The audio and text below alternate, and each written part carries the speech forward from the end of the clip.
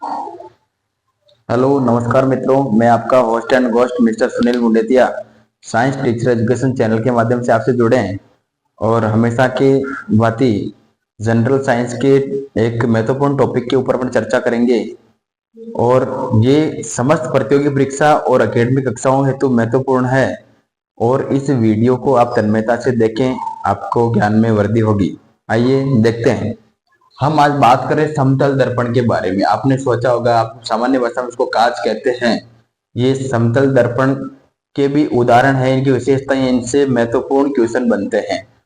जब किसी समतल कांच के एक पृष्ठ को रजत या सिल्वर या निकल से लेपित किया जाता है तो वह कांच समतल दर्पण बन जाता है।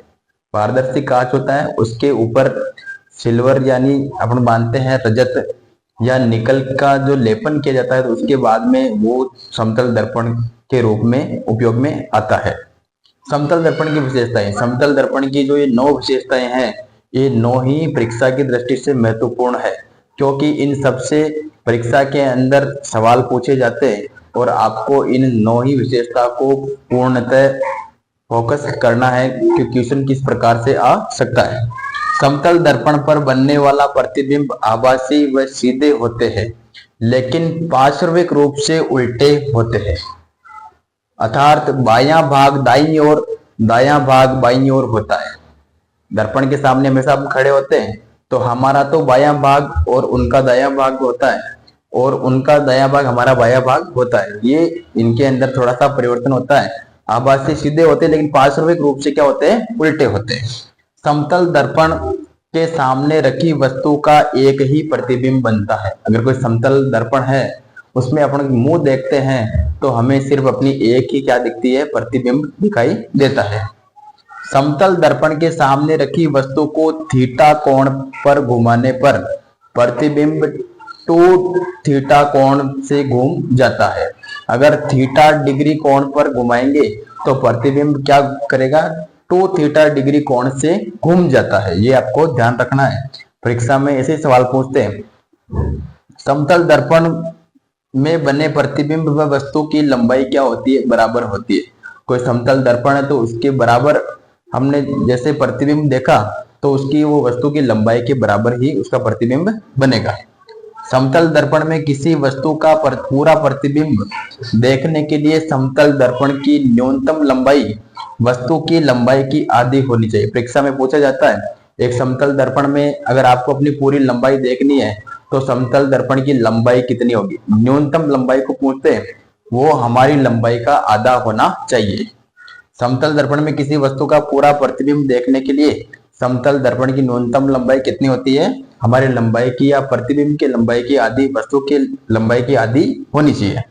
समतल दर्पण के सामने कोई वस्तु जितने वेग से गति करती है तो उसका प्रतिबिंब उसके दोगुने वेग से गति करता हुआ प्रतीत होता है। अगर हमने देखा कि समतल दर्पण के सामने कोई वस्तु जितने वेग से गति कर रही है, प्रतिबिंब उसके उतनी दोगुने वेग से गति करता हुआ प्रतीत होता है। वस्तु समतल दर्पण से जितनी दूरी पर स्थित होती है उसका प्रतिबिंब उतनी ही दूरी पर दर्पण के पीछे बनता है। जितने हम वस्तु से क्या करेंगे, दूर रहेंगे, उतना ही प्रतिबिंब वस्तु दर्पण से उतना ही दूर बनेगा। यदि कोई 2 समतल दर्पण परस्पर समांतर रखे हुए हो तो उनके मध्य रखी वस्तु के अनंत प्रतिबिंब बनते। जब दो समांतर जो क्रम में अगर समतल दर्पण रखे हुए हैं तो उनसे बनने वाले प्रतिबिंबों की संख्या क्या कहलाएगी, अनंत प्रतिबिंब बनते हैं। यदि कोई 2 समतल दर्पण थीटा डिग्री कोण पर झुके हुए हो तो उनके बीच वस्तु के प्रतिबिंबों की संख्या निम्नानुसार ज्ञात की जाती है। शर्तें हैं कुछ।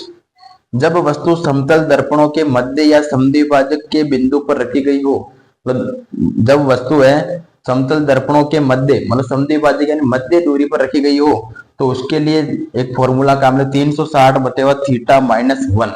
इसमें जितने भी प्रतिबिंब बन रहे हैं उनकी संख्या आपको ज्ञात की जा सकती है। जब वस्तु दर्पणों की मध्य स्थिति से हटकर रखी हुई है तो इसके लिए जो प्रतिबिंब ज्ञात करने 360 बटेवा थीटा इनका उपयोग करते हैं।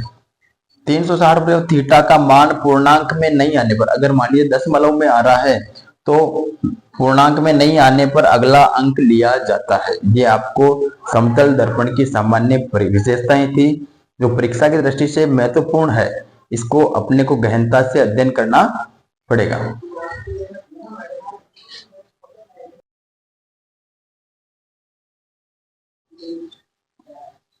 हाँ, तो समतल दर्पण के उपयोग के बारे में हम चर्चा करते हैं। परीक्षा में सवाल पूछ लेते हैं कि समतल दर्पण के क्या उपयोग है। तो समतल दर्पण के उपयोग में देखिए, पनडुब्बियों में इनका उपयोग किया जाता है। जो समुद्र में पानी में रहती है उनके बाहर दुश्मनों को देखने के लिए उनके सोनार, SONAR, साउंड ऑफ नेविगेशन, इस प्रकार का जो ये यंत्र होता है इसके अंदर भी समतल दर्पण का उपयोग किया जाता है।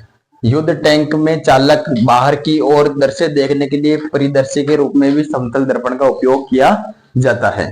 फिर बात करते हैं, यदि कोई दो समतल दर्पण 90 डिग्री के कोण पर रखे हुए हो तो तथा वस्तु मध्य बिंदु पर रखी हो तो वस्तु के प्रतिबिंबों की संख्या कितनी होगी। इससे पहले हमने उदाहरण एक सूत्र लिखा है 360 थीटा माइनस 1। इस सूत्र के माध्यम से अपन क्या करेंगे, इसका मान निकालेंगे। 360 तो हमारे पास में पूरे लेंस का मान है और ये कितने डिग्री कोण पर रखा गया है, 90 डिग्री कोण पर। तो हमने कहा कि इसको अपन काटेंगे तो ये क्या हो जाएगा, ये 9 चौक 36 पाड़ा बोलेंगे तो 4 बार। अब -1 तो 4 - 1 तो कितने प्रतिबिंब बनेंगे, 3 प्रतिबिंब। तो यदि कोई दो समतल दर्पण 90 डिग्री के कोण पर रखे हुए हैं तो वस्तु मध्य बिंदु पर रखी वस्तु के प्रतिबिंबों की कितनी संख्या होगी। तो आपको ध्यान रखना है 360 बटे थीटा -1 सूत्र लगाकर आएगा कि प्रतिबिंबों की संख्या कितनी है, 3। इस प्रकार से आप इन पूरे सवालों को अच्छे से कर सकते हैं। और हमने बात की थी अगर ये पूर्णांक में नहीं हो तो मान लीजिए ये 2.9 आता तो इसको भी अपन आगे 3 मानते। अगर दशमलव में कोई डिजिट आ रही है तो उसको अगले अंक में अपन क्या करते हैं, मानते हैं। इस प्रकार मेरे वीडियो को आगे से आगे देखें और पूरी तन्मयता के साथ अपने इस अध्ययन को चालू रखें। आगे भी आपके लिए मैं वीडियो लाता रहूंगा। जब तक के लिए धन्यवाद। जय हिंद।